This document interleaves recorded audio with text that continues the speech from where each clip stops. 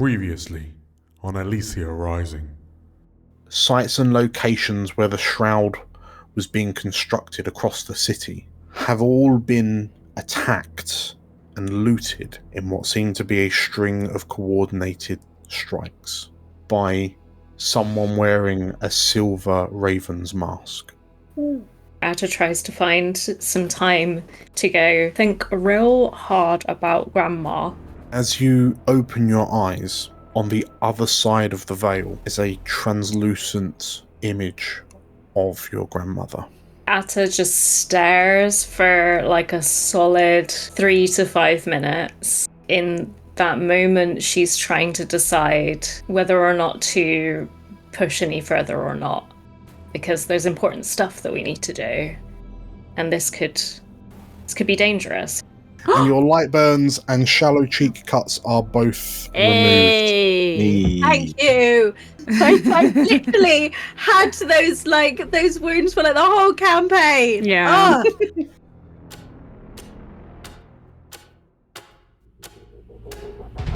Welcome to Elysia, the jewel of the north.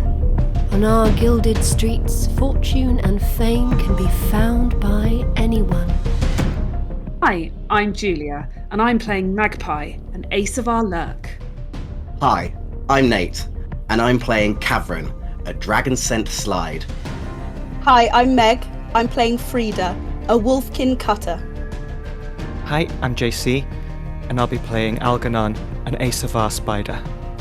Hello, I'm Errol. I am playing Atta, a goblin whisperer. And my name is DM Dan. I will be the games master on this adventure. So come on in and marvel at our wonders. Make sure you see the beautiful views we have to offer, and don't mind the ghosts. They're friendly, really. Grab yourselves a seat and make yourselves welcome in the city of Elysia.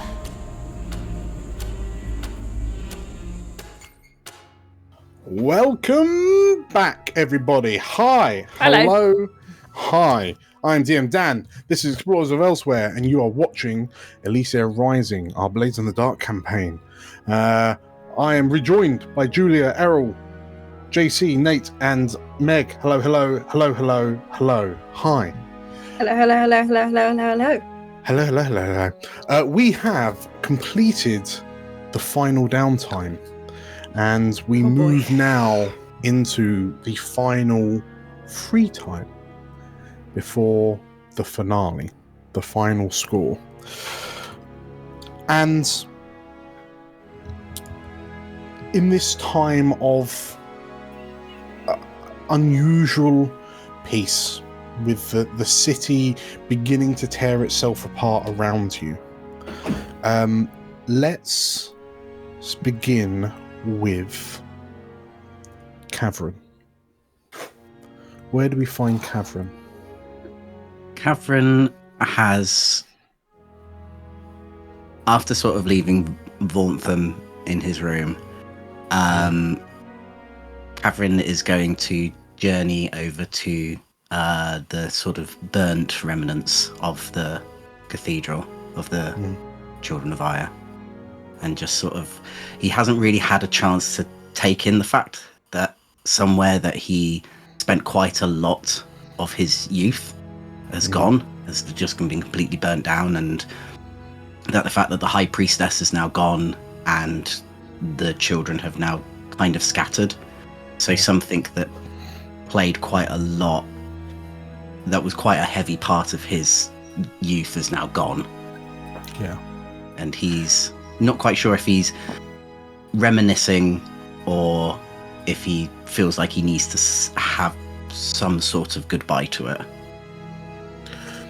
So as you stand on the streets of Abbotsgate looking up at where the cathedral once stood, unlike the Ruby Keep, not too far away from you, without the aid of the kind of the monolithic vines that sprouted out around the Ruby Keep, supporting it, the overall structure of the Cathedral of Our Glorious Mother is realistically rubble and ruin. The once gleaming spires and stained glass windows are a distant memory, and the smell of like the acrid burning, the chemical smell from Velka's flames kind of singes your nostrils slightly, even now. And as you take it in and you notice that the streets of Abbott's Gate are quite quiet, but even now people just seem to be passing by this corpse of a structure. You hear a voice come from a bedraggled looking kind of street vagrant sat a little way over at the end of a nearby alleyway. I wondered how long it would be before you came this way. And the vagrant looks up to reveal a yellow-scaled dragon scent that you know all too well. She just sitting there? Yeah. Sat on the cold cobble streets in the drizzle, head down. How long have you been there? I stopped counting the hours after a while. Days, perhaps. Don't you have anywhere to go? Dorothea kind of lowers her head again and just sort of like laughs as this makeshift cowl kind of covers her features. It's a dry, raspy laugh. Not anymore. No. And she looks up at you. And you've never seen Dorothea in such a state as this.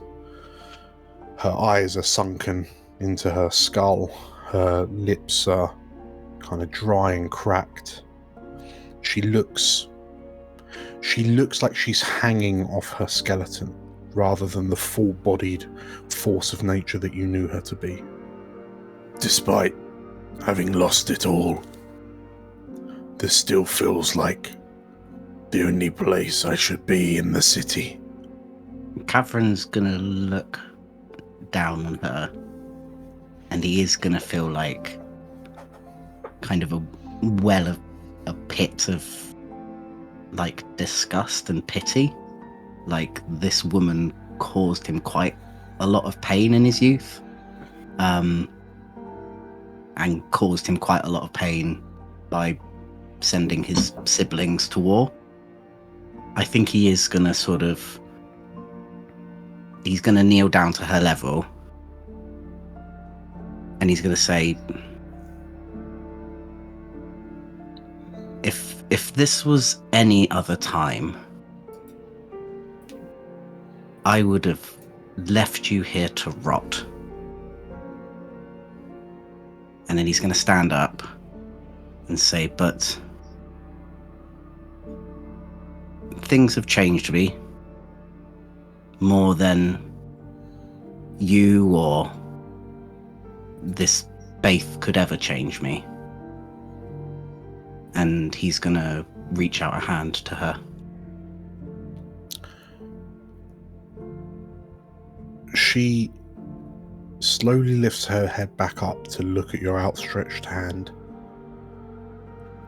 And she stares at it for a moment, and then you see her head sort of like turn away as this is almost kind of incredulous, dismissive kind of sneer. But you can't help but get the feeling that it's not directed at you. If I can set aside my pride this time, maybe you can as well. She's still looking away, and in this moment you almost feel like there's a complete reversal of roles, where you perhaps once wore the same expression that she's wearing, and you are stood where she once stood. The funny thing about us dragon sent is that all of our life we're told that we matter for one reason and one reason only. And I would fight tooth and claw for my faith. My piety was everything to me. And when people flew in the face of it, it made me angry. She finally looks up at you and holds your stare. I would do anything for the High Priestess. It seems even the things she didn't want me to do. I saw you and your ilk as the greatest threats to Elysia, only to find it wasn't you that was the danger. It was us. I've heard on the streets that a brave group of noble criminals stormed the prison and freed the Sanguivar. I knew it was you and your companions the moment I heard the rumors. Do you know why Lukragi was going there? Why she had her eyes set on the Sanguivar held within? I'm guessing their relation to a Khan and believing that they were a scab on this earth.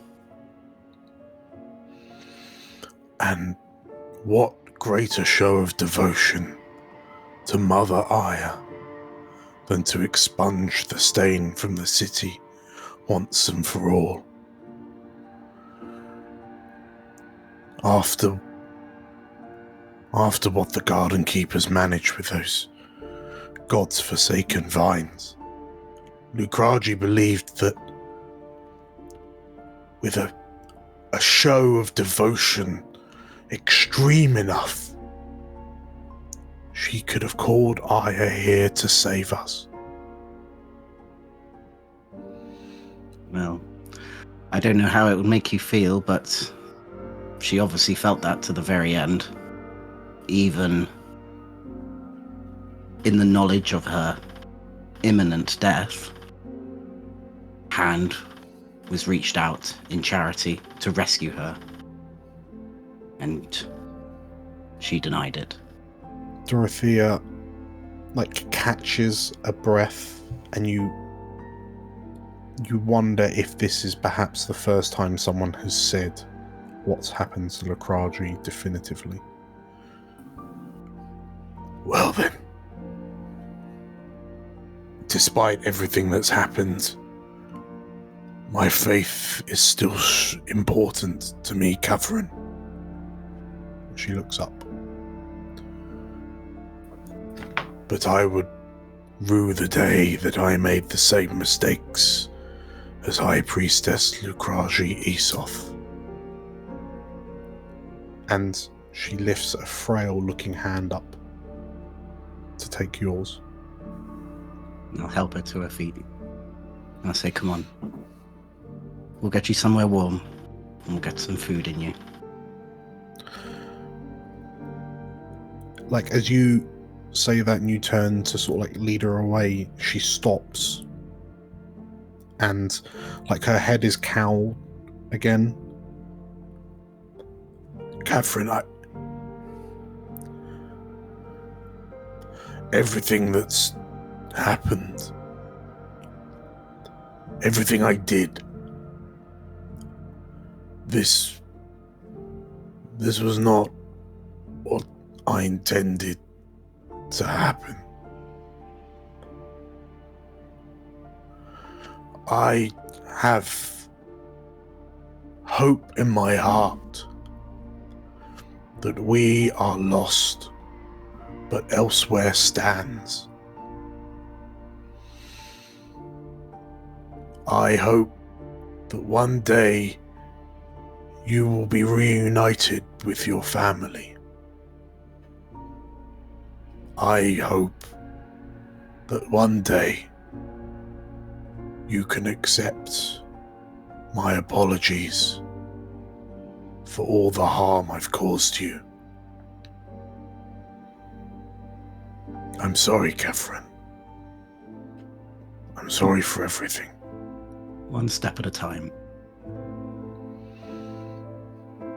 She nods, and she takes a few steps to kind of catch up with you, and then like you see her stop, and like her eyes open wide, and her hand instinctively kind of goes to her breastbone, and like she pats around, and you notice like she looks down and realizes she's not wearing her holy symbol of Aya, and she turns to where she was sat, and the two of you see it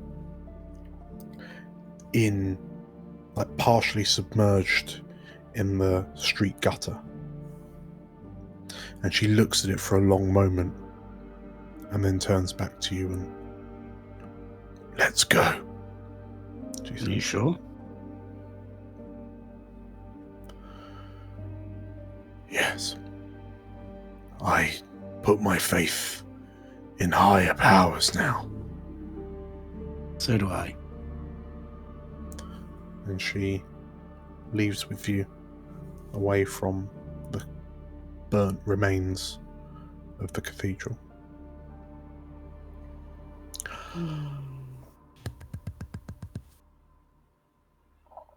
Where do we find Magpie? Ooh, wherever she might find Samuel, I think. Okay. I think it's high time she had a proper heart-to-heart with him. Where would you like it to be? It could be... He could be at Cadwallader. I don't know if he would have... What is the plan for the Sangrevar? Just a quick question to everybody, because we've been sort of talking and joking about the fact we've got 40-odd Sangrevar rattling around in the manor. Would we have sort of sent them out to go home again now that the danger's passed, or would we taken them to safe houses? Would they still be there in the manor? I mean, there is a number of sort of like free-for-all accommodation throughout the Ivory. That's true. Like effectively squatters' dens. So it could be that the Sangrevar have largely kind of populated a small area of the Ivory in and around kind of Cadwallader Manor. And just so they're staying outside and then kind of gravitating backwards in and out, so like lodgings almost. So perhaps you find Samuel in a somewhat turned out dining room. So he's sat at a table in this kind of derelict, in the kitchen of this derelict house, this derelict manor house. Sure. And I think it's almost certainly not the first time she's spoken to him since the prison break. Like, they've certainly had conversations, but I think she's specifically come to seek him out today. In which case, as he looks up to you, Oh! Hello, Amina. How are you doing? He says as he cleans his glasses. You don't have to do that, Samuel. You know, you were the first one to ever call me Maggie. Let's go with that. Of course, my apologies. How are you doing, Maggie? I don't know. So much has happened. I don't even know if there's going to be a city pretty soon. I wanted to come to you because you always have such wise words for me. And it's been such a long time since we were sort of forced to part ways by everything that happened, you know, with the eschaton.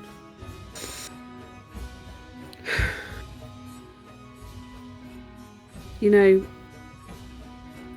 I don't know if you know, I went to see Mother the other day, not long after we broke you and the other Sangrevar out. And the long and short of it is, I don't think I'm a Ravel. Nephene had got to her. That bloody raven, he was standing there in her office, spouting this poison about me being involved in the deaths of all those people that night. And I just froze up. There's so much I could have said to her, and I just didn't do it. I couldn't do it. There was no way I was going to stand there and beg for my place in a family that I'd never felt a true part of anyway.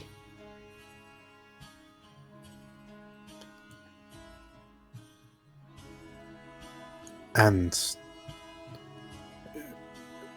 after hearing your mother's words, do you feel, now that you are no longer a Ravel, do you feel any lesser in yourself?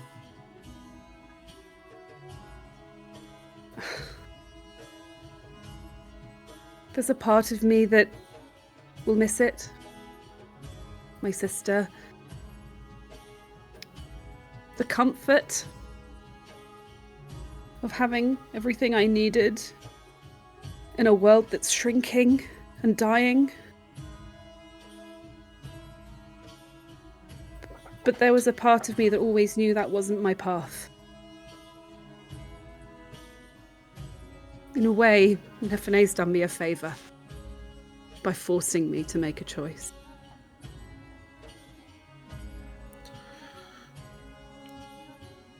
The one thing that always impressed me when you were growing up was the care that you gave to everyone around you.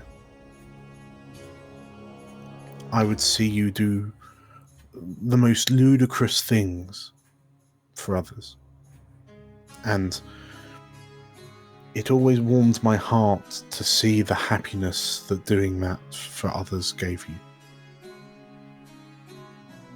So, the fact that you're here, we're talking about this, the fact that you care,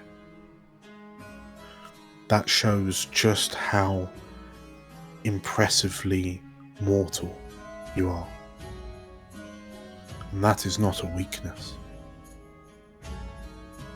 Everything we saw during the Dragon's War has shown us that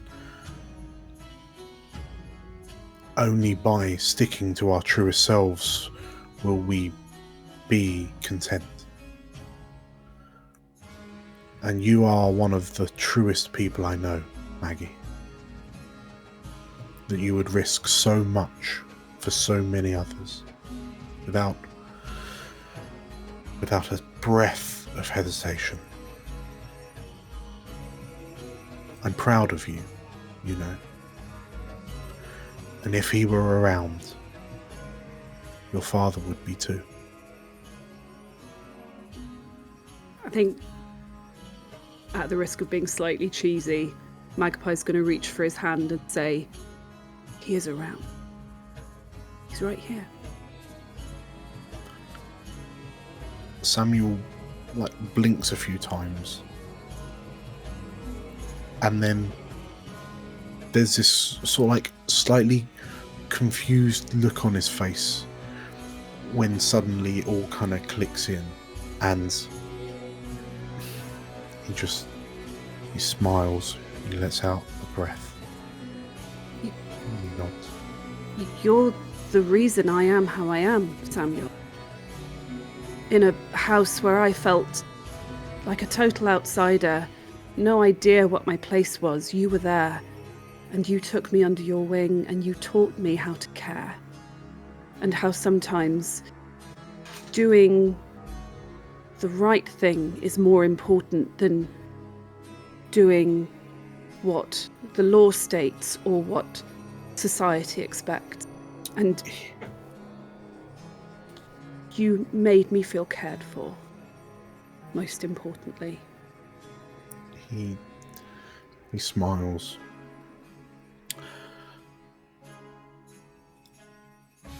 I want you to remember, Maggie, that the family that you fear you've lost is not necessarily the family that matters most. I look at you and your other companions, and I see the bond that has formed between the 5 of you. And it is clear that people of good nature and good intention gravitate towards you. You've forged a new family through all of this despair and misery that we've found ourselves in. And nothing that anyone can say will take that away from you. You're not alone. You never were. Thank you, Samuel. He smiles. It seems like there's a lot happening in the morning. And I want you to know that I've spoken to some of the other Elysia, and we will help you where we can. I knew I could count on you. He smiles and kind of pats your hand with his. I'm just brewing up some delectable mushroom tea, if you'd be happy to sit and stay for a while and keep this old soul entertained for a short while. Of course. And as he stands and kind of moves into the remnants of this kitchen, where you see a kettle beginning to boil, everything for a fleeting moment feels okay.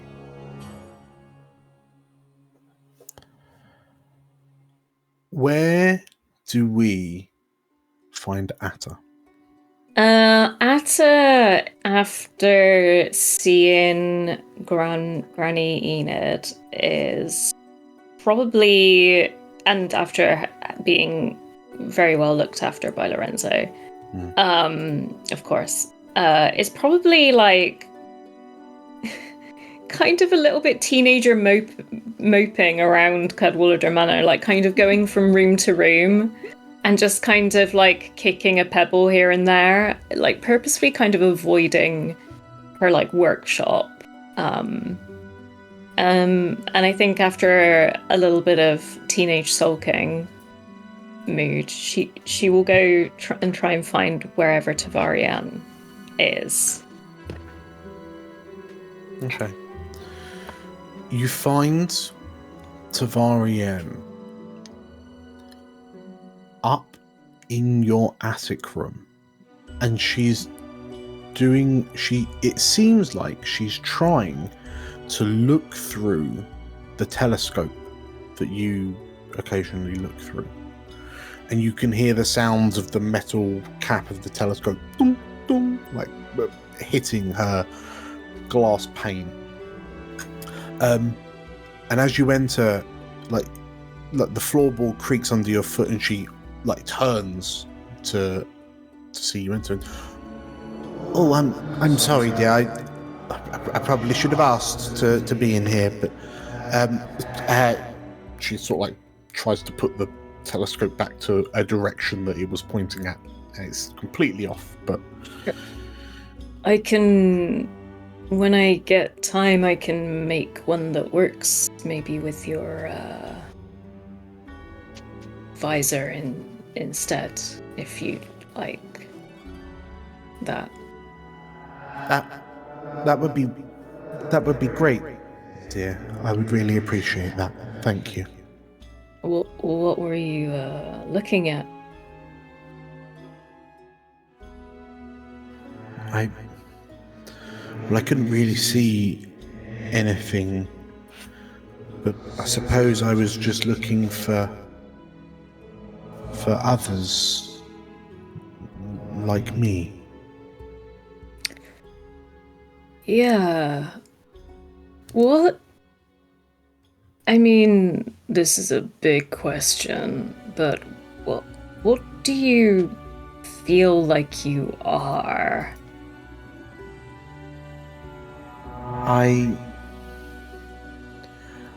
I feel that ever since I was put in this suit, I feel real. I feel physical. It feels, well, with these big clumpy feet, they're not all that far off from the old hooves that I used to have, dear. But there's a yearning feeling. I feel restless. I feel like this isn't supposed to be the finish line. I feel like there's supposed to be more.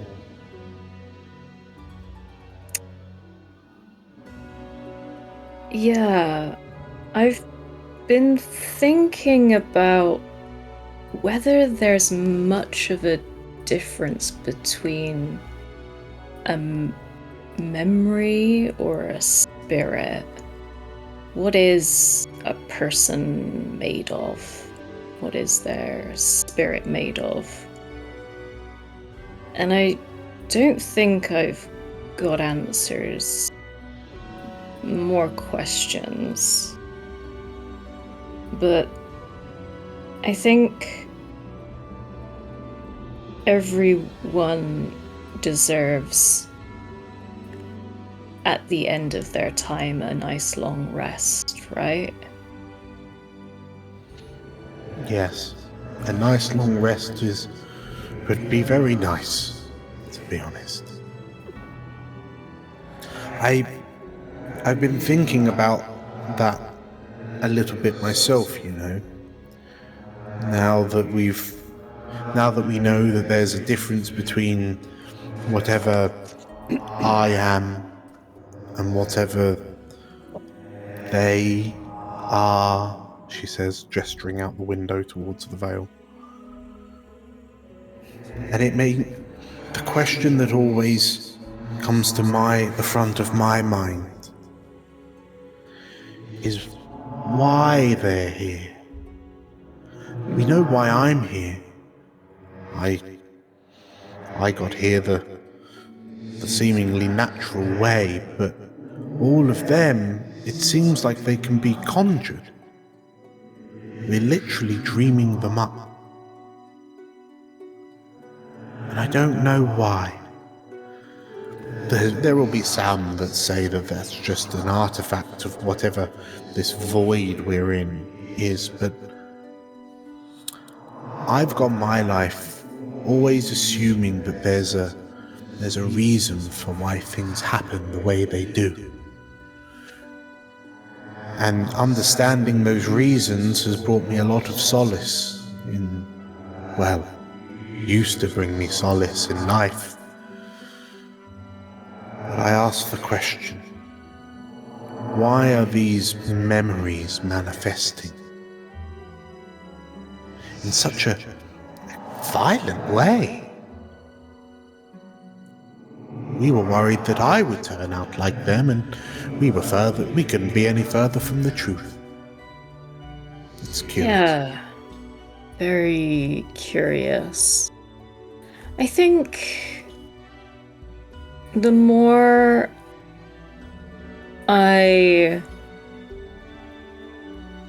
experience whatever feelings they have, anger or fear or sadness or the mix of whatever makes them so violent,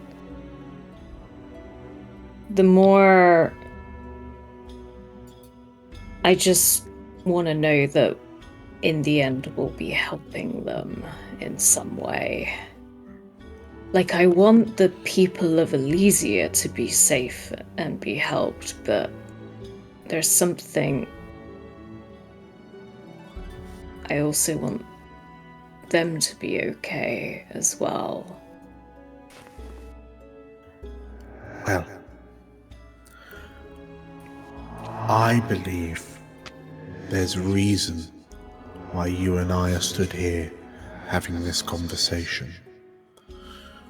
The paths we've travelled have led us to this point. On this evening, faced with the trials and tribulations that we will face tomorrow. And I have faith in Elysia. And I believe that with enough people with good enough hearts like yours, Atta, we will save us. We will save ourselves. We just have to keep the courage to continue moving onwards.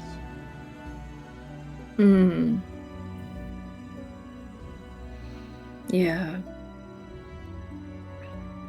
We've got to keep Elysia's heart beating. Tavarian nods, like there's a metal creak as the helmet bobs backwards and forwards.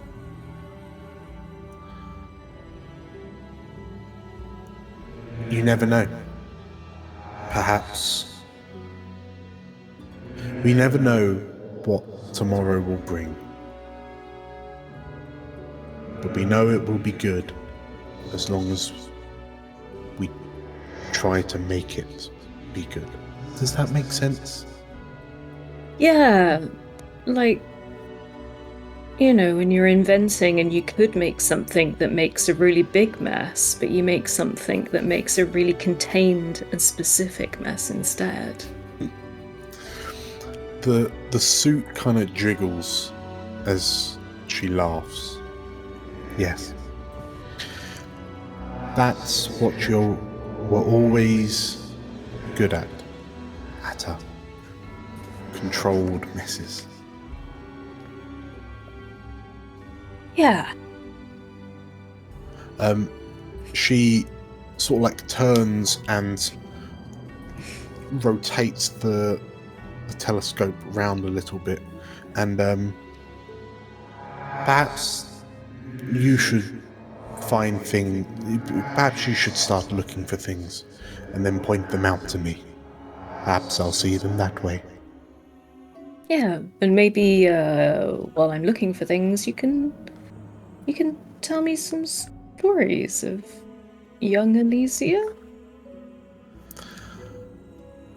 That would be my pleasure, dear, she says. And as you begin your void gazing, where do we find Algernon? We find him on the steps of the Fairfax household. Yeah. He's holding one of his fine bottles of liquor. And he's got there at a time when he knows Fairfax is just about to come home. And he knocks on the door knocker, hoping to meet Fairfax's wife. Okay. As you wait on this,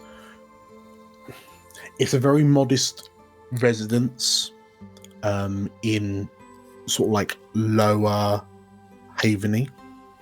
So it's clear that a lot of Fairfax's wages presumably are being funneled into, well, once upon a time would have been funneled into upkeep, like payment for the house. Is it just you at Yes. the door? In which case, you hear footsteps approaching from the other side. And as the door opens, you see a young boy, perhaps 7 or 8 years old, who looks up at you. Yeah? The boy says. And as you stand looking at this child, a bit perplexed, you hear a voice come from inside saying, "Who is it, Aurel?" "Just the man at the door," says the little boy. And from out of the doorway emerges a pleasant-looking Laravel woman, and she peers her head round and, I'm sorry, we weren't expecting guests. Can I help you?" she says as she walks forward. Mrs. Fairfax, yes, I apologize we haven't been introduced, but my name is Mr. Cadwallader. I'm an old friend of your husband, Algernon. She looks and, please come in, she says as she beckons you in. Thank you. I know he's probably on his way back from the ministry, but I thought I was just passing, and I've brought you both a gift. I am the partial owner of a venue in Dusklin, and we're cleaning out the last of our reserves, you see. She smiles. Is it in like a hamper of sorts? No, it's just like a bottle of wine. Oh, I see. From the Spectre's cellar. Gotcha. She looks at it with there's a genuine gasp on her face, and this will pair well with you're the one that gave us the mushrooms, aren't you? Ah, yes, I hope you've been enjoying them. I imagine that these will pair beautifully, she says. And she, Aurel, set another seat at the table. We'll have Mr. Cadwallader here for dinner. Oh, no, please, I couldn't intrude. Oh, you are not intruding in the slightest. In fact, I'm somewhat starstruck. He's always talking about you, you know. Nothing good, I hope. She sort of like titters. And go, Aurel, set the table, she says. And who you presume to be Fairfax's son, just who's looking at you, just nods and sort of like plods off, and you hear the sounds of cutlery and crockery kind of being arranged at the table.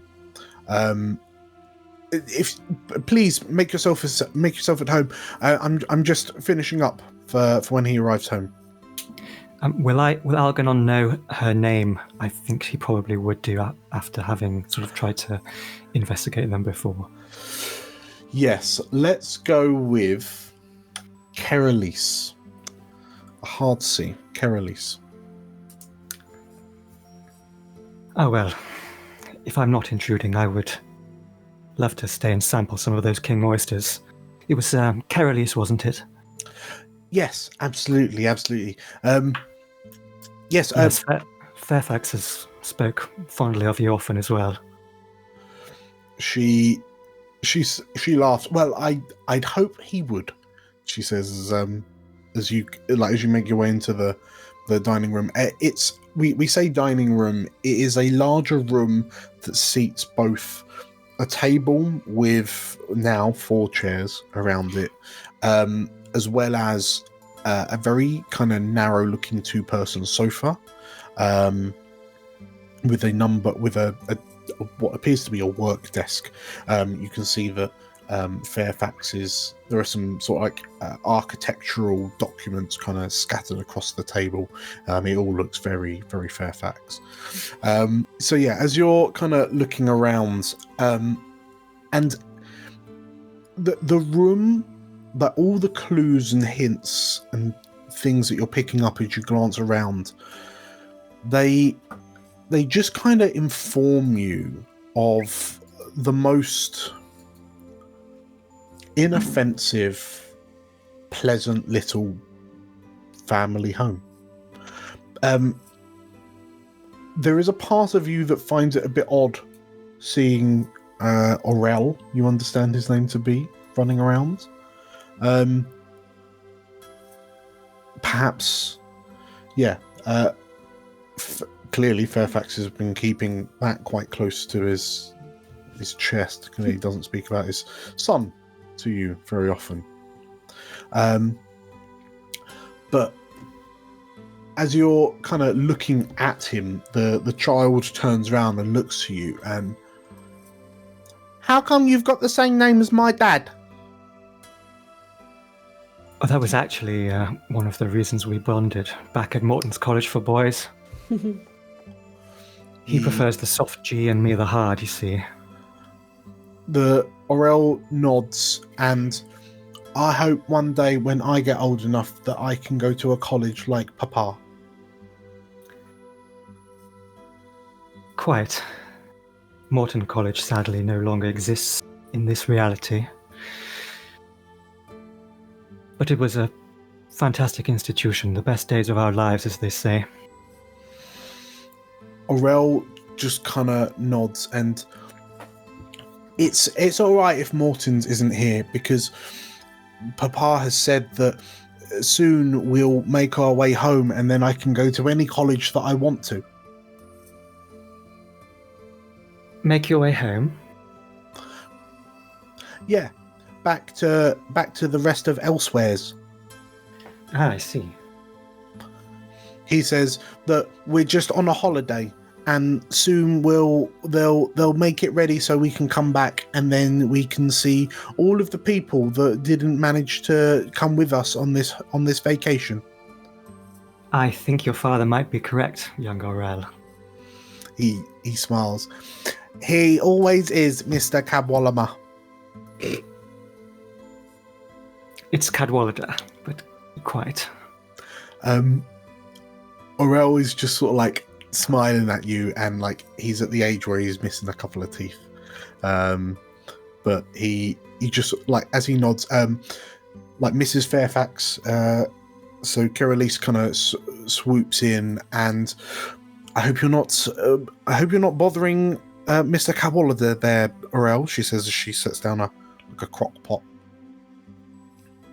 You'll have to watch him. I'm afraid he might be a bad influence on me. She kind of laughs. Please don't stand there awkwardly. Have a seat.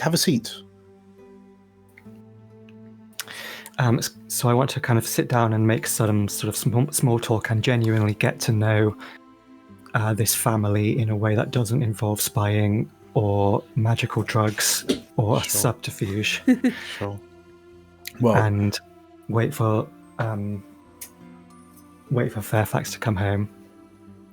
So you, over the space of the next 10 or so minutes, like, for one, your senses are overwhelmed by the really nice smell emanating from this crock pot, and you can't help but think, like, if this smells so great, why does Fairfax's packed lunch always look so unappetizing? But over the space of those 10 minutes, you find that, Elysia, ever since we were lost, ever since we went on vacation, she says, glancing slightly at Aurel, I've become a seamstress. There's a lot of children in the city that weren't as lucky as Aurel to have both parents. any parents. And some of the more basic duties that Elysia prided herself for, such as tailoring, it felt only right to put some of my skills to the better of the city as a whole. So I do my best to repair clothing and make sure that all the orphans are well dressed. What is it that you do again, Mr. Cabalda? Algernon always says he's always a bit wishy-washy with the details. I was away for many years in the Foreign Service. And then when I returned, shortly before we became lost, as it were, I began a venture dealing in antiques with a handful of my friends. Ah, she nods, and that's sort of what he's been trying to get at, I suppose, she says, thinking about it. And as she's kind of questioning it, you hear the front door open. And you hear, "I'm home," in a very kind of sing-songy way. And as Fairfax kind of strides to the doorway into this kind of living room, dining room, as he spies you sat at the dinner table. Algernon, I wasn't are you staying for dinner? Apparently so. Your lovely wife, Elysia, invited me for an extra seat at the table. Good to see you, old boy. He nods. Yes. Jolly boating weather indeed. Jolly boating weather. Has Algernon ever told you what that means, Elysia? She is visibly rolling her eyes as you say it, and it's something that he's always said, but he's never actually taken the time to explain it. It's the opening lyric to the Morton School song. It's uses rowing as an analogy for compatriotship and school spirit. It has a homoerotic subtext I enjoy. Bodies between our knees and all that, but... Elysia gives a look to you as Fairfax goes bright red and right. Well, let me take off my coat and then we can crack on with dinner, shall we?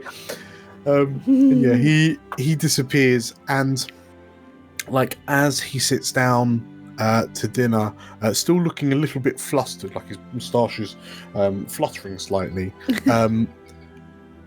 Aurel kind of looks up and, "What's a homoerotic?" And as the four of you tuck into, the lid of the crock pot comes off, and Algernon, it perplexes you somewhat, because what you see is fundamentally the mush that you see Fairfax eating on his little park bench in Abbotsgate every time you meet him. But for some reason, perhaps it's the environment that you find yourself in, but it looks like one of the heartiest meals that you might have had for a while. And as Elysia kind of serves it up, she kind of serves up, and she kind of gives Fairfax and Aurel little kisses on the head as she serves them, and then kind of looks at you and proudly says, looks to you and then looks to Fairfax and says, "I decided that tonight should be the night we use the portobellos." And you see Fairfax's eyes kind of open. Ooh. And yes, the four of you get stuck into a very welcoming, homely family meal. Cool. I want to just keep it very normal, sitcom family meal with the strange family friend, and then afterwards I want to go with Fairfax to his withdrawing room or wherever he is, and share a glass of that wine. Sure. In which case, as he kind of swirls this wine round, and it's clear that he's not had wine for a very long time. I do say, old boy, this was a bit of a welcome surprise. Thank you for dropping by. Speaking of surprises, I wasn't aware you were keeping one of your own. Young Master Aurel. It's growing into a real Fairfax. He is. He's the reason why I do everything I do, Algernon. He's the driving force in my life. And even now, I can tell that he'll grow into someone that will make me proud. He gives me purpose. I think that's all that a family man can ask for. Speaking of family, I've also recently come into some information regarding my own. A significant relation that has reappeared in my life. One that I have no memory of or attachment to. She suddenly appeared. She was never part of the plan. But now she's in my house, she's in my life, and I'm not quite sure how to feel about it. I don't love her, I certainly don't trust her, I barely even know her.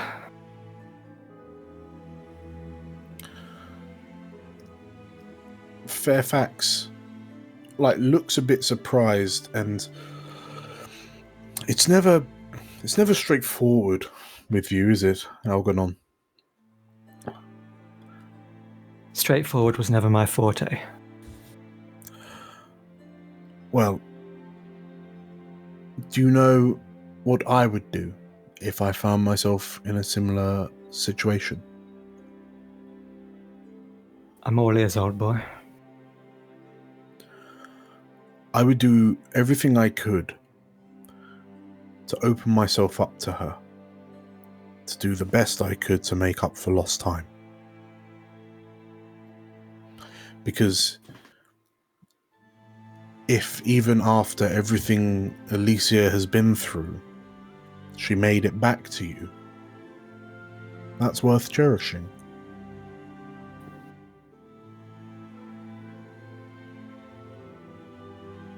Thank you, old boy. It's good to get some advice from an old friend. The whole thing's made me think about what I really value and which relationships I do know, and the people who I do love. Ordinary people have always fascinated me. Fairfax usually because they're swimming in dirt, which, as you know, is my currency. But not you, old boy. You're the cleanest man in Elysia. I think I'll take that as a compliment, he says. It is, except I cheers him back. Except for this, of course. And I hold up a little manila envelope that's been sealed for a long time. Do you know what's in here, old boy?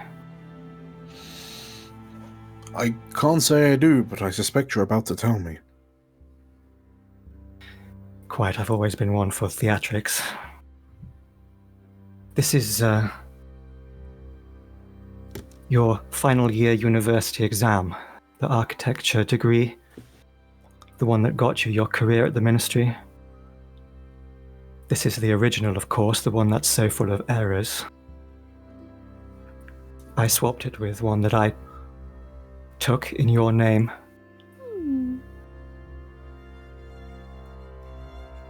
Fairfax, he's kind of mid-sip as he coughs and chokes, and I'm sorry, what? He says as he kind of peers at this envelope, incredulously. You did what? They'd already pinned me for the Foreign Service, Fairfax. Final year exams were nothing of my concern. So I thought, why not put my studies to good use? For they'd make or break careers for a man such as you. I've been holding on to it all this time, sending you off to do my illicit work at the ministry, all those blueprints you picked up for me. I thought if I ever had to twist your arm, this might do it, but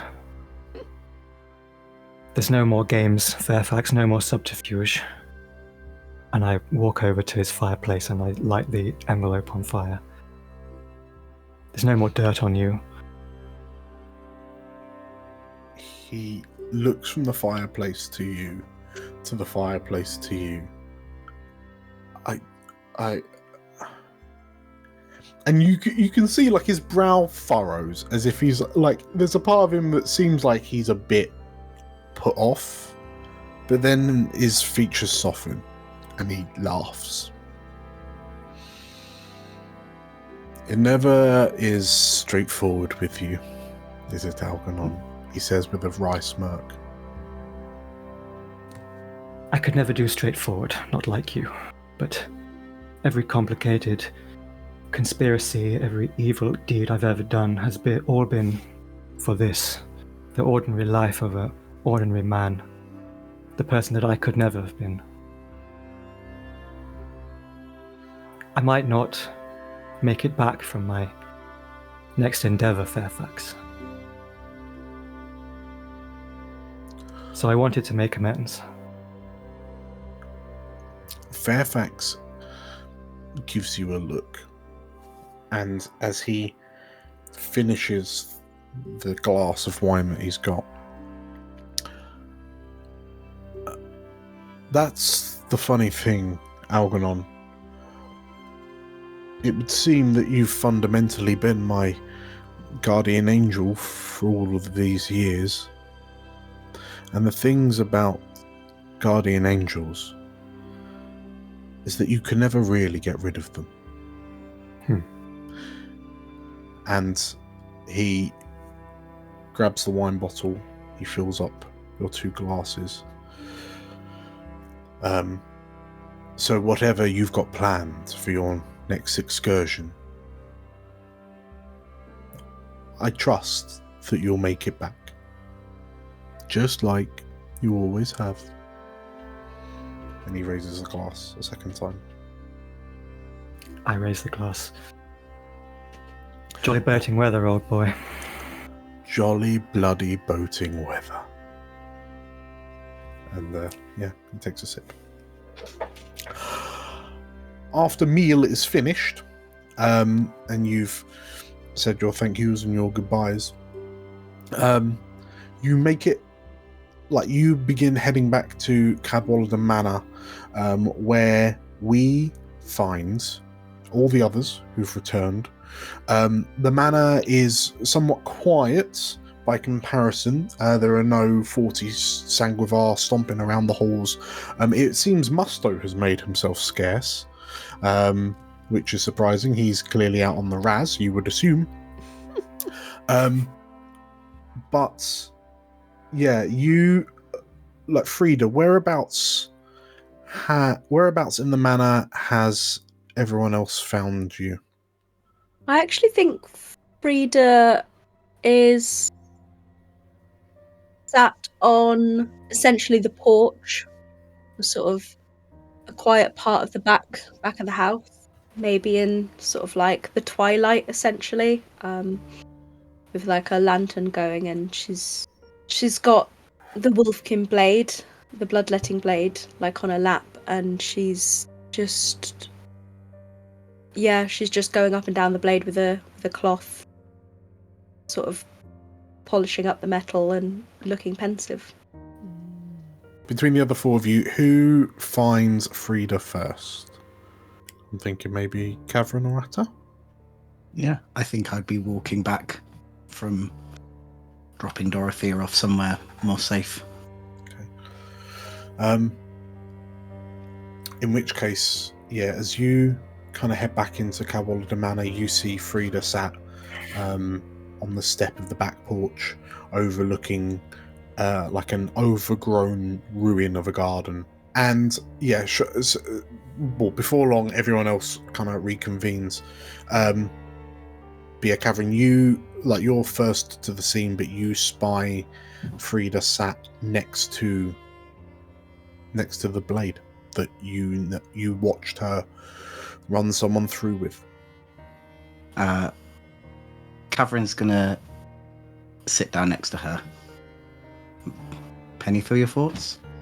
She kind of doesn't realise you sitting down and sort of starts a little bit. Hi, Catherine. I don't know what I was thinking, really. No, I do know what I was thinking. I was thinking about the other night. You know, for all my bluster, I've never actually hurt someone, not properly, not like that before. I'll be honest, I've known you for a while now, but that actually surprises me. I hope you don't take that as an insult. No, I don't take it as an insult at all. I like to make people think that I'm capable of taking life. I rely on that perception of me in a lot of things, honestly. But no, that was the first time, and I guess I find myself a little bit struck by just how easy it was. I wonder if I'm gonna have to do it again before this is all over, and I think I'll find it even easier the second time, and the third, and the fourth, and I'm not sure I like that thought.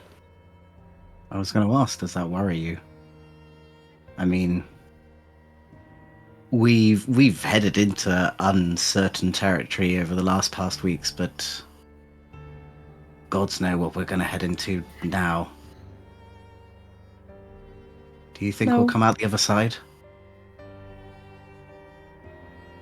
I think whatever happens, I've got a family that I need to protect now.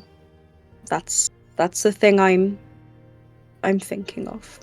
Trying not to think too much on the details. I've never been one for details anyway. That's more Algernon's area. Yes, that's definitely or Magpie's area. They do the thinking. They do the thinking. You know. We're more physical, you and I. Oh, yes, definitely. Sorry about the noise earlier on, by the way. I'm glad you had fun. He's going to give your muscles a squeeze again on your arm. I hope you know that none of our perception has changed on you at all. We know you're a good soul. And if you need any help, we've got your back.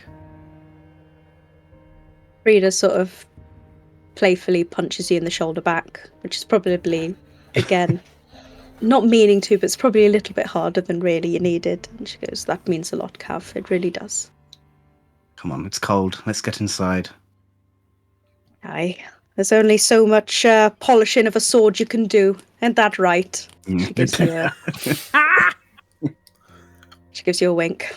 Okay.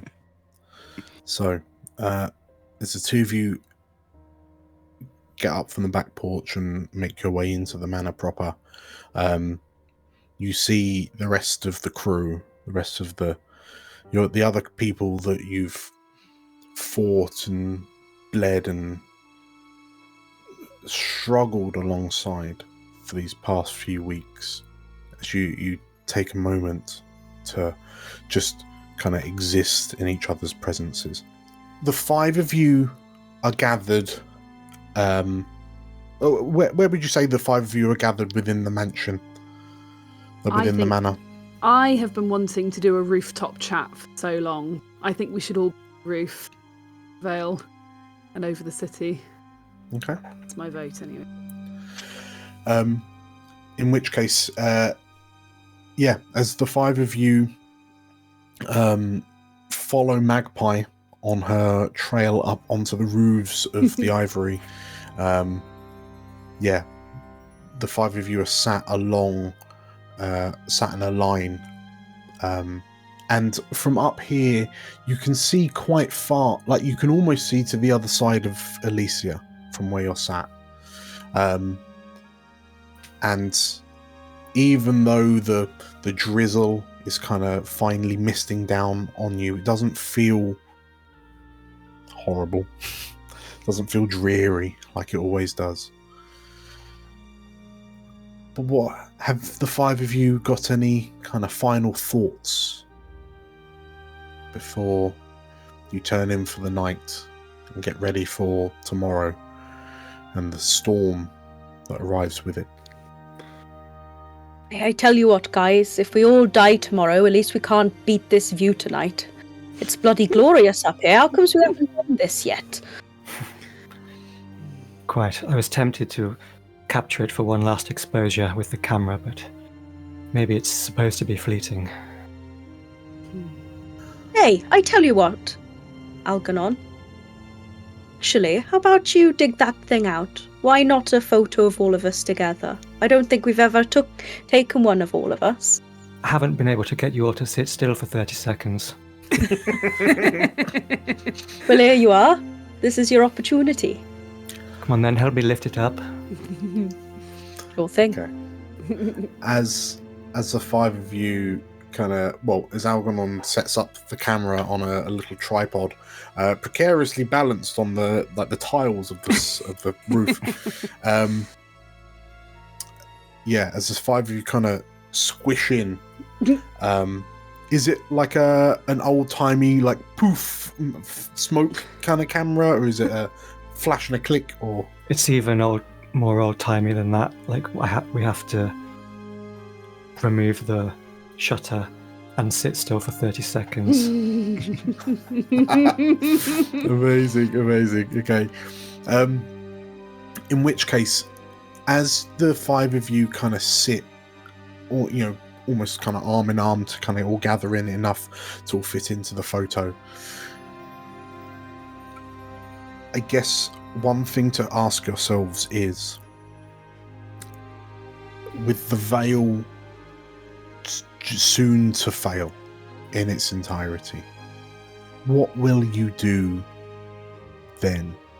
Like, what are your thoughts knowing that tomorrow may be the last day of Elysia? You mentioned it, Frida. I know it was graveyard humor. There is a possibility that we might not return from this.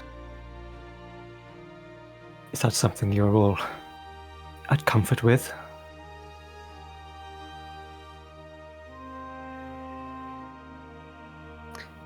If we don't succeed, then everyone dies. We might as well put our all into it. I will admit I'm not...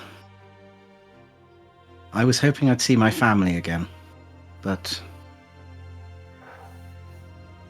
at least I get to do this last day with chosen family. I think there's something special in doing our best for Elysia, whether we will make it out or not. I think even if some of us don't, we'll still be part of Elysia. And its future. With the moment tinged slightly with this kind of foreboding uncertainty for your immediate futures, the 30 seconds finishes, Algernon, and presumably, as I understand it, you would now have to take it out and almost immediately take it to the Red Room? Yes, I'll go back to the Red Room and Sure. develop it and then bring it out so everybody can have a look. Okay. In which case, as you kind of head back down into the manor to leave leaving the other four on the roof, as you're walking along the corridor, you stop for a moment and peer down into the entry hall, and you see Devira is stood in the middle, and she kind of glances up at you, and there's a long pause. There almost seems to be a note of sadness on her face, and then she kind of uncharacteristically smiles at you. It's a warm smile of a sibling. And as you look back at her, what do you smile back, or are you still a bit wary of her? I'm still incredibly wary of her. Okay.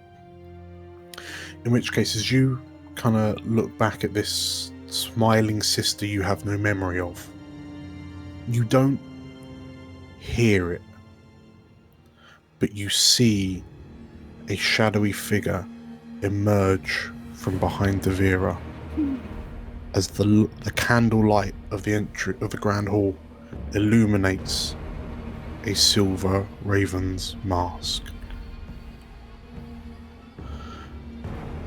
And before you get a chance to say anything, the raven surges forward and body grabs Devira around the chest. And as she kind of lets out a cry of surprise, the raven kind of wrestles slightly, and then his head turns up to you, and the offer still stands, Algernon. But the time to make your decision is running short. And as Devira struggles, get off me, she shouts. And you see her trying all these things to try and wiggle out of his grip, but it seems to be ironclad. I drop the photograph of the crew, and I spring forwards with my hand open. My concealed palm pistol emerges, and I want to shoot the raven in the head. I will step in, and as the pistol kind of extends out from your sleeve, and it, your finger slips over the trigger, there is and it's a noise you're expecting, but the outcome is not. As two fully armoured blackguard emerge in front of you, stood between you and the raven and your sister. And as you draw the pistol and fire, it ricochets off one of their faceplates. The two blackguard in unison lower their halberds and step forwards towards you. What do you do?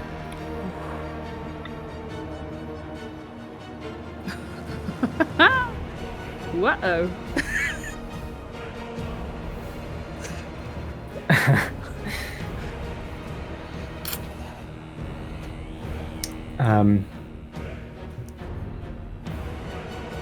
I am going to get my crutch, shove it forward so the blade of one of these halberds goes into the gaps in it, and try and sort of skirmish my way backwards, hoping that my crew have heard the noise.